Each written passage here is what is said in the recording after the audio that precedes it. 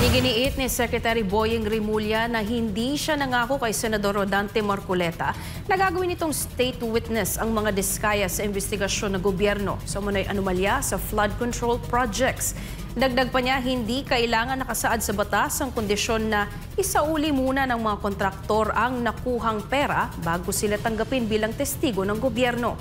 Si Margot Gonzalez magbabalita.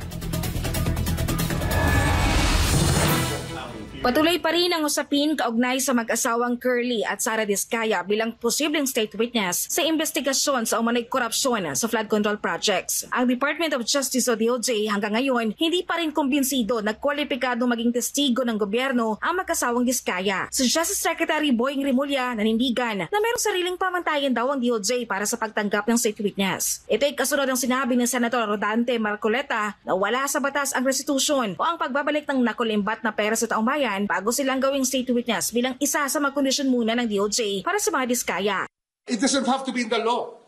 We have our own standards to set when it comes to the application of people who want to be state witnesses.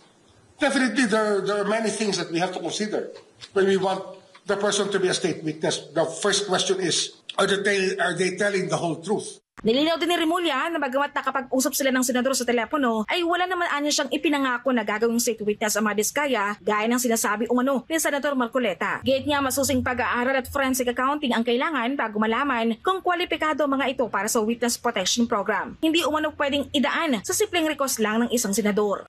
I hope he has a recording of our conversation para padali nang makita talaga yung pinag-usapan namin. Kasi I cannot say that I promise something that I cannot deliver. Samantala, batay sa findings ng National Bureau of Investigation, meron ngang mga ghost projects sa unang distrito ng Bulacan gamit ang mga coordinates ng flood control projects mula Malacanang. Sa ni Rimulya, milyon-milyong piso ang napuntang pondo sa kada package ng proyekto. On the average, that would be 300 million at 100 million per district, per project package. Kasi parang naging pattern na 96 million, 97 million, 100 million, 95 billion, naging pattern na yan. So if you talk about 3 packages, then that's around 300 million. Para sa Diyos at Pilipinas Kumahal, Margot Gonzalez, SMNI News.